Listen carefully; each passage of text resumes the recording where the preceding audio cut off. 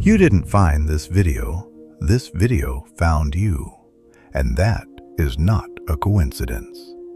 Something in you, beneath the noise, beneath the exhaustion, beneath the years of holding yourself together with nothing but sheer will, already knew this moment was coming. The moment someone finally spoke the language of what you lived through. Not the polished version, not the carefully edited version you constructed for other people's comfort. The real version. The one that still wakes you at 3 a.m. sometimes, not with panic, but with a quiet, stunned awe that you actually made it through that. Because what you survived was not a rough patch. It was not burnout, or a difficult year, or a relationship that simply ran its course. What you survived was a complete and total dismantling of everything you believed yourself to be. And the most terrifying part, the part that none of the people around you could understand or even approach, is that it did not look like destruction from the outside. From the outside, life continued. You continued. But from the inside, it felt like dissolving while still having to show up, still answering emails, still smiling at people who asked how you were doing, and somehow saying fine when nothing about it was fine. You were in the middle of what Carl Jung called the negredo, the darkening, the dissolution, the psychological collapse that must precede any genuine rebirth. And here is what makes it so profoundly isolating. There are no words for it that ordinary life provides. Depression doesn't capture it. Breakdown comes closer, but even that misses something essential. Because this wasn't a failure. This was an initiation. And initiations are not gentle. They are not designed to be. If you survived yours, something in you already knows, at a level beneath language, the difference between a wound that breaks you and a wound that breaks you open. This video is for the ones who found the opening, even when they had no idea that was what they were looking for. There was a specific moment. Maybe you remember it with sharp clarity. Maybe it arrived slowly, like a tide you didn't notice rising until the water was already at your throat. But there was a moment when the life you had carefully, painstakingly, devotedly constructed simply stopped working. Not gradually, like erosion. Suddenly, like an implosion from the center outward. Your career, your relationships, your self-concept, your sense of direction. They didn't fall one by one. They fell together, as though they had always been sharing the same hidden foundation. And when that foundation gave way, everything came down simultaneously. You couldn't explain it to anyone because you didn't understand it yourself. From the outside, it resembled depression, or a midlife reckoning, or a breakdown. But you knew, somewhere beneath the fear and the confusion and the grief, that it was something fundamentally different, something that carried its own interior logic, even if you could not yet read it. This is what Carl Jung described when he wrote about the necessary dissolution of the persona. The persona is not who you are. It is the mask constructed in early life to help you survive, to gain love, approval, the longing, safety. And for a period of time, that mask serves you genuinely. It protects you. It navigates the world on your behalf. But a mask worn long enough stops being a mask. It begins to feel like a face. And the psyche, in its deep and sovereign intelligence, will not allow that confusion to continue indefinitely. For you, the persona didn't crack, it shattered. And when it did, you fell through the gap between who you had been performing and who you actually were. That gap, raw, disorienting, terrifying, is precisely where the real work of a human life begins. Most people spend their entire existence sealing that gap back shut. They reinforce the performance, patch the cracks, and keep moving until the very end. You couldn't do that anymore. Something in you refused. And that quiet, irreversible refusal was the beginning of everything. Drop 444. I trust the darkness. It is reshaping me. In the comments right now. Your soul engineered that collapse, not to punish you, not because you deserved suffering, but because the life your ego was constructing with such effort, such discipline, such meticulous control, would have eventually destroyed you far more completely than this temporary unraveling ever could. Sometimes the psyche has to burn down everything you believe you are in order to reveal what you actually are beneath all of it. Carl Jung discovered this truth through his own descent. Between 1913 and 1917, this celebrated psychiatrist, this man of intellectual precision and professional reputation, experienced visions, heard voices, and felt himself dissolving from within. He recorded everything in meticulous detail in what became known as the Red Book. And what he learned during those years, in the dark, without a map, without any certainty about whether he would find his way back, became the foundation of everything Carl Jung philosophy is built upon today. He came to understand that the psyche possesses its own intelligence, entirely separate from the ego's agenda. That the self, capital S, sometimes must dismantle the self, lowercase s, to rescue us from the smaller, more manageable, more suffocating life we were unconsciously building. That individuation, the process of becoming who you genuinely are, requires a collapse that most people are not willing to go through. He called this the confrontation with the unconscious, and he warned, without sentimentality, that it is not for everyone. Some people choose the familiar prison over the terrifying openness of real freedom. Some people would rather inhabit a life they can control than risk the chaos of authentic transformation. There is no condemnation in that. Not every soul is ready for this path at the same moment in time. But you were called. And more than that, you answered. Not bravely, not with confidence or clarity or a sense of preparation. You answered the way most people answer their deepest initiations. Reluctantly, in pain, with no understanding of what was happening or why. But you stayed in the process even when you desperately wanted out, even when you could see no logic in continuing, even when every voice around you said you simply needed to return to normal. Something beneath rational thought recognized that going back was no longer a real option. You had touched something too true to unfeel it, and that irreversible knowing is what kept you in the fire long enough for the transformation to complete. Here is what I need you to understand before we go any deeper.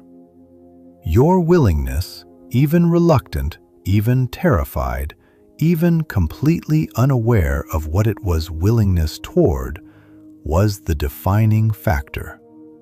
Not your strength, not your resilience, not any quality that existed before the descent. The willingness to surrender to a process you could not name or control or understand. That is what separated you from the ones who turned back. Now we need to speak about what you actually faced in the depth of that descent, because this is where the test became entirely specific to you. Your unique wounds, your particular shadows, your individual history, all of it converged into an experience designed with a precision that only the unconscious possesses. Jung's words on this cut through every layer of spiritual comfort. One does not become enlightened by imagining figures of light, but by making the darkness conscious. Your darkness was not generic. It carried your name. You had to confront the anger you were never permitted to feel, the grief that had been waiting, patient and silent for years, sometimes for decades. The parts of yourself you had exiled in order to remain acceptable, in order to be loved, in order to belong. The truth about relationships that were built not on genuine intimacy, but on mutual performance. Two people playing their assigned roles for each other and calling it connection, calling it love, never fully knowing that neither of them was actually there. And perhaps the most devastating reckoning of all, you had to acknowledge that much of what you called your life had been written in someone else's handwriting. That the role you were performing, the responsible one, the dependable one, the one who never asks for too much, the one who shrinks and adjusts and disappears into other people's needs, was never authentically yours. It was inherited, adopted, worn so long it had become indistinguishable from identity. This is the shadow work that most people refuse to undertake, not because they lack courage in the ordinary sense, but because it demands something specifically devastating. The willingness to stop being the hero of your own story long enough to see honestly where you were complicit in your own suffering, where your patterns were not happening to you, but through you. Jung's understanding of the shadow is frequently misread and distorted. The shadow is not your dark twin waiting to destroy everything you have built. It is the repository of everything you learned to disown in order to survive. The emotions you were punished for expressing. The desires your family or culture labeled as selfish or dangerous. The aspects of your personality that did not fit the acceptable template of your environment. All of it entered the shadow, but it never disappeared. It operated from the darkness, shaping your choices from beneath your awareness, driving the patterns you could not seem to break, regardless of how much effort and intention you applied. And here is the truth that genuinely transforms people when they finally absorb it. The shadow contains not only your wounds, but your gold. You buried not only rage and grief, but your authentic power, your creativity, your genuine longing. You made yourself smaller than you were in order to be safer than you needed to be. And reclaiming the shadow means recovering all of it, the darkness and the luminosity that was buried alongside it. Write 333. I reclaim every part of myself I was taught to hide below this video right now. There came a point in your descent when you could no longer maintain any coherent story about who you were. Your name began to feel like just a sound assigned arbitrarily to a body. Your reflection felt unfamiliar. The internal architecture that had held your sense of self together, the narrative, the roles, the beliefs about what you were capable of and what you deserved, simply stopped functioning. And without that architecture, there was nothing solid beneath you. This is what Jung understood as ego collapse. Not metaphor, not poetry.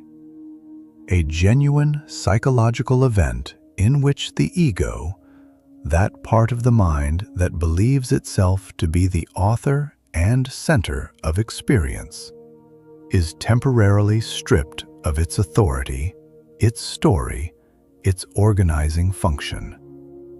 And what remains when that scaffolding is removed is not nothing. It is something far more foundational than anything the ego ever constructed. There were probably nights when you lay completely still and felt yourself dissolving at the edges. Days when you moved through ordinary life as though observing it from a distance, watching yourself speak, watching yourself complete basic functions, but unable to close the gap between the observer and the one being observed. Conversations where words emerged from your mouth that you could not connect to any genuine felt sense of meaning. People asking questions and you answering them, and neither you nor they knowing that you were not quite there. People who have never experienced this cannot understand how foundational identity feels until it is gone. The ground you never consciously knew you were standing on disappears, and there is nothing beneath it, just open, structureless awareness, without story, without role, without the accumulated weight of history telling you who you are.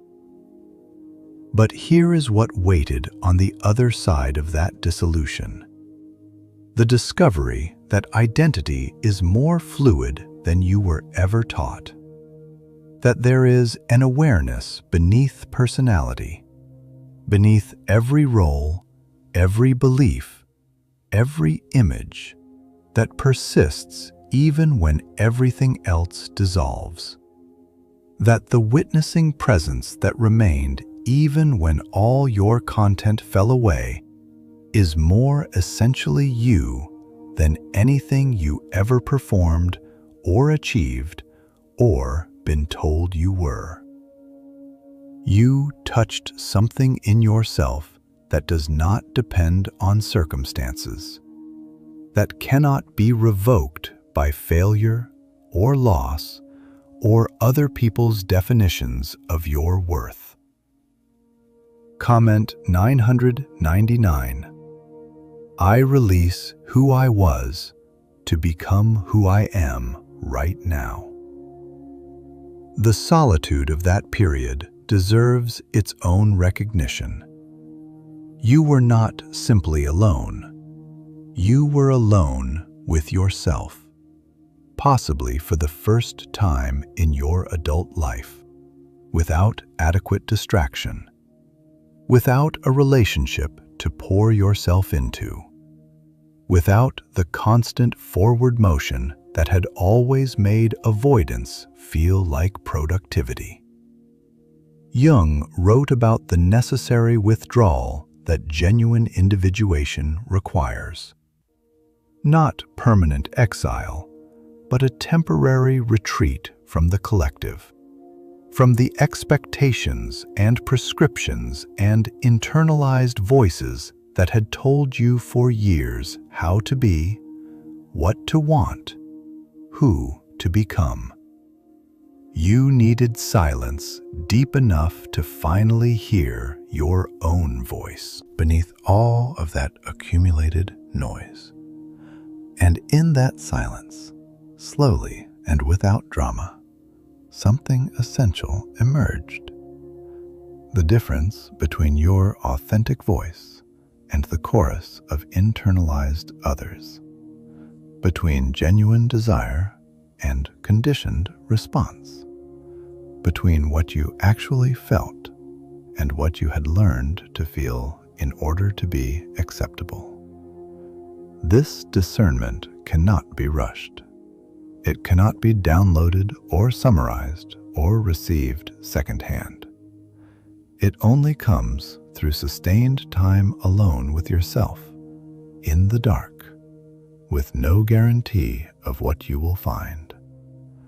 The distinction between loneliness and aloneness became something you understood not as a concept, but in your body.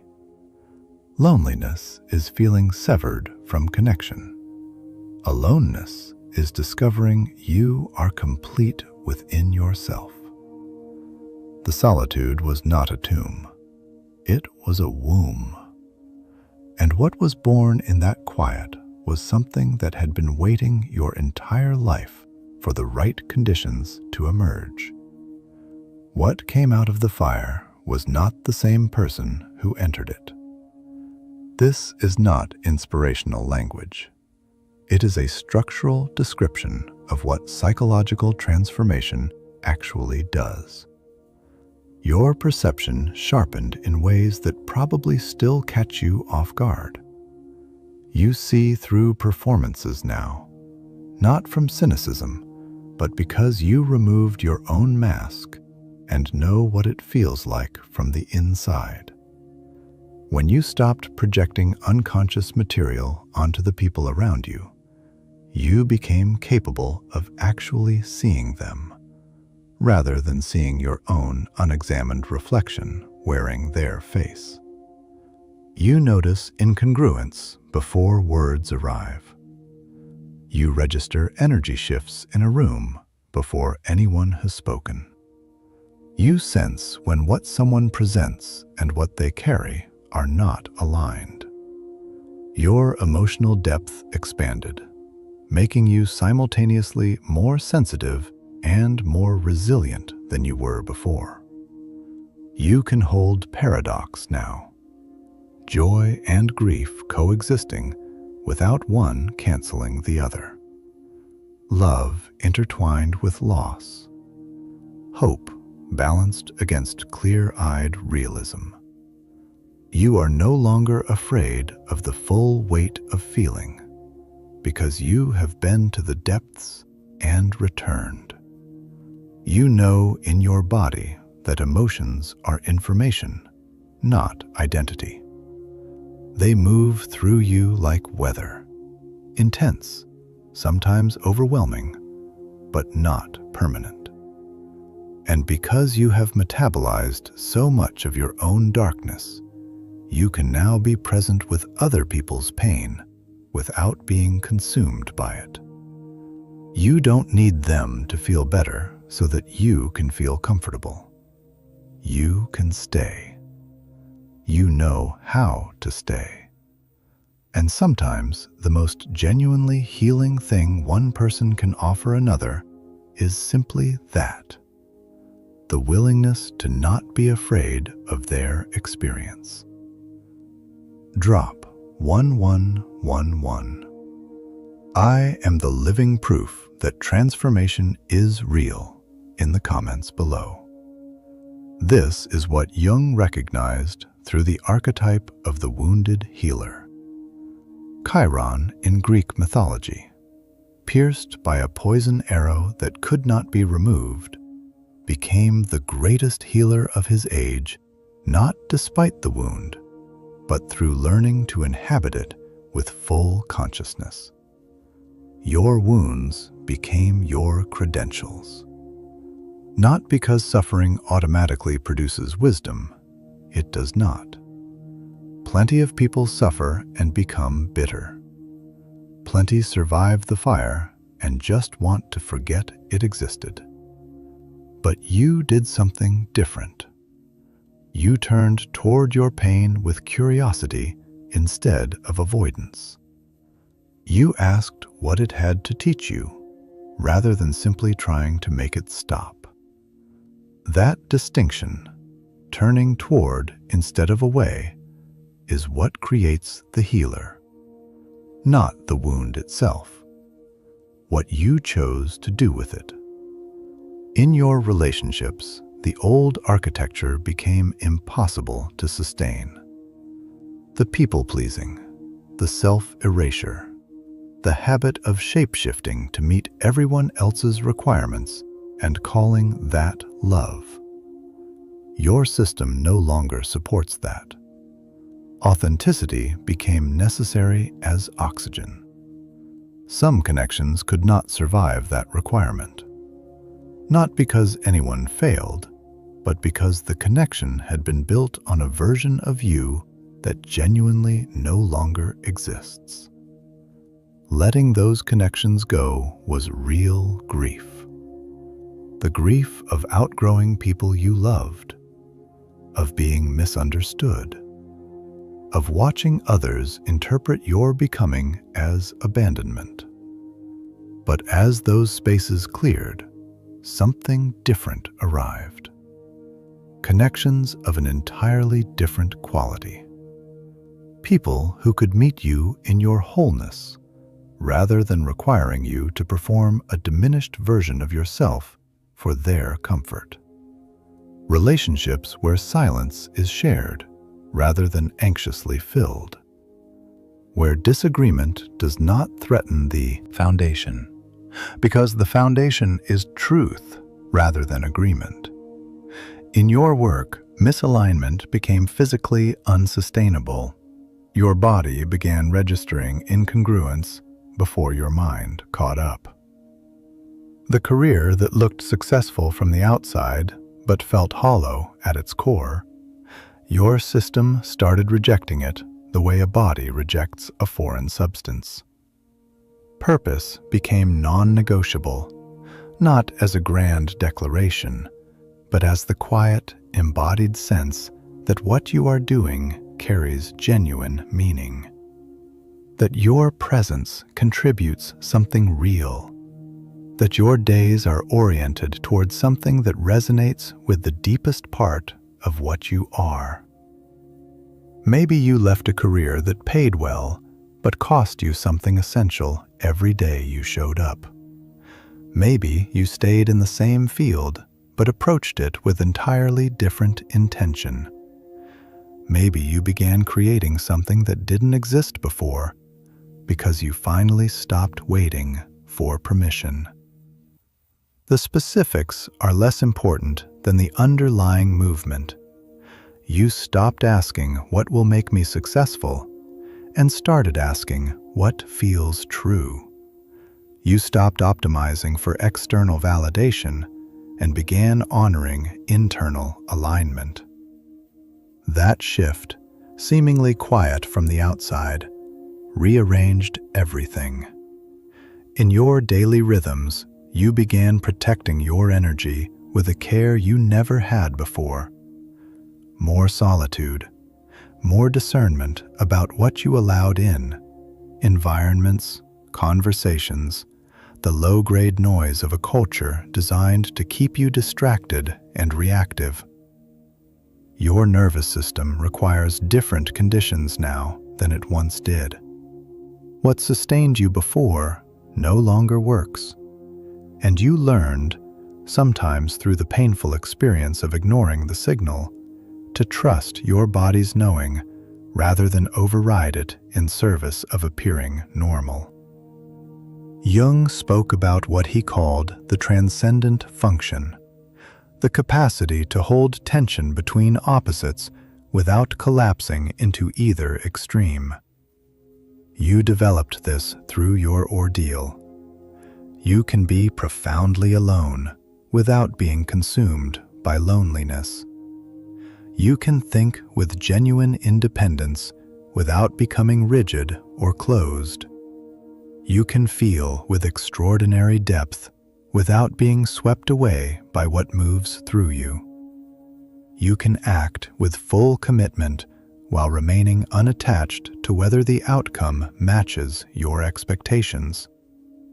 You can love people completely while maintaining clear sight of who they actually are, not who you need them to be.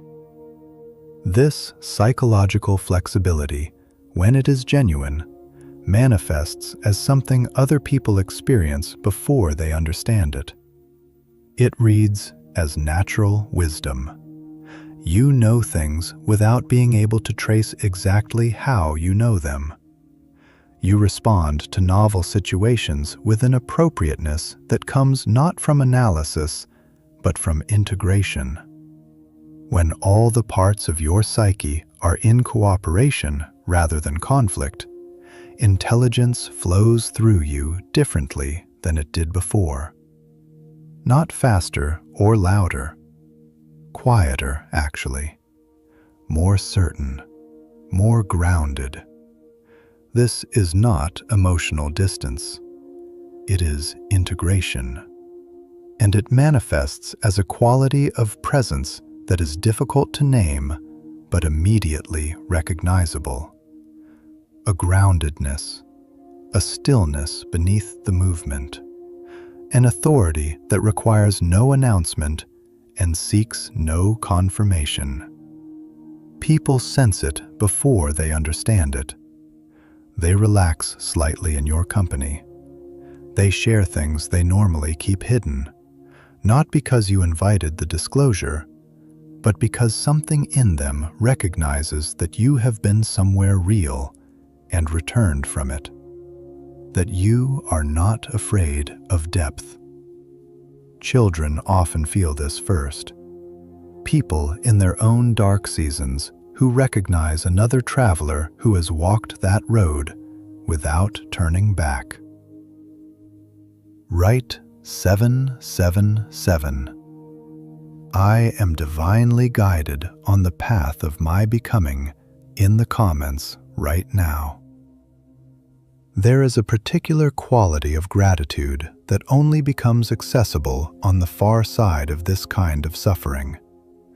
Not gratitude for the pain itself, not the performance of spiritual bypass that says everything happens for a reason in a way that skips over the actual cost, but genuine, bodily gratitude, the kind that coexists with grief rather than replacing it, for what the destruction revealed, for the strength you discovered only because the circumstances demanded it, for the depth you gained access to only because you were forced below the surface, for the quality of presence you now carry that could not have been cultivated any other way.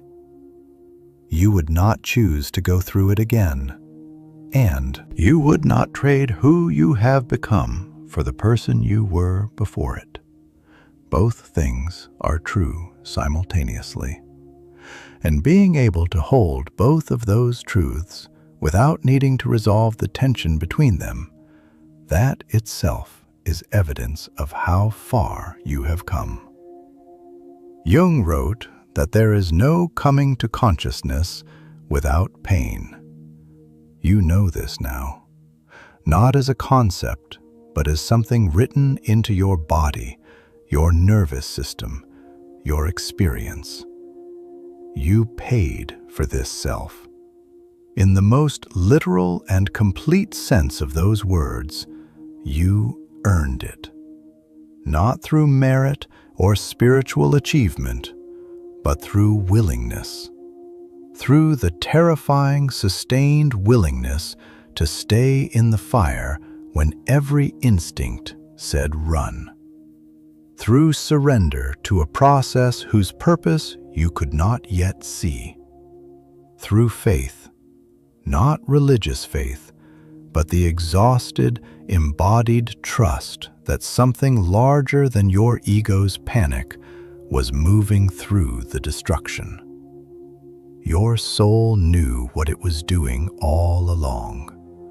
The test was designed precisely for you. Your particular wounds, your specific patterns, the exact shape of the prison that needed to dissolve. Everything that happened carried the precision of something that was always leading somewhere real. Not to punishment, to liberation. Here is what Jung understood about this work that extends far beyond personal healing. It is never only personal.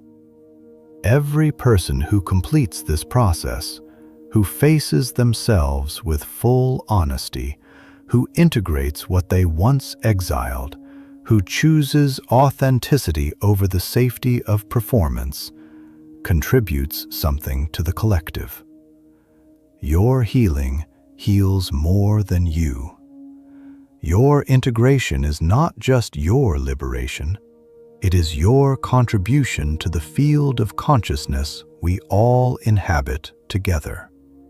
The colleague who watches you hold a boundary and finds the courage to hold one of their own. The person who sees you choose truth over approval and realizes, perhaps for the first time, that such a choice is genuinely available to them. These ripples are real. They are continuous, and they are the form your transformation takes in the world, not through preaching or teaching or constructing a spiritual identity, but through the simple, radical, ongoing act of being genuinely yourself in a culture that profits from your fragmentation. You are not who you were before. You are more broken and more whole than that person ever was, more tender and more unshakable, more human and more clear. The wound became direction, the darkness became ground, and what you carry now, that hard-won, irreplaceable, deeply embodied realness, is exactly what a world starving for authenticity needs most. Some people will look at your life from the outside and not fully understand what changed. The transformation isn't always legible in external circumstances. It doesn't always announce itself in dramatic gestures or visible reinvention. It lives in the quality of how you inhabit each ordinary moment, in the silence beneath your words, in the way you meet your own eyes in the mirror without flinching or looking away, in the steadiness that remains when everything around you is uncertain. But you know, and others who have walked this path know. There is a recognition that happens between people who have been to the psychological underworld and returned. A meeting beneath language that does not require explanation. A quiet acknowledgement that says, I see what you carry. I know where it came from, and I am not afraid of it. That recognition, when it happens, is one of the great gifts of this path. It is the beginning of belonging that does not require you to be less than you are. Jung said that the privilege of a lifetime is to become who you truly are. You claimed that privilege, not because it was given, because you were willing to walk through fire to reach it, because you stayed when everything in you wanted to leave. because you chose truth over comfortable falseness and kept choosing it, in the dark, without a roadmap, without knowing where it was leading. Welcome to the other side. Welcome home to yourself.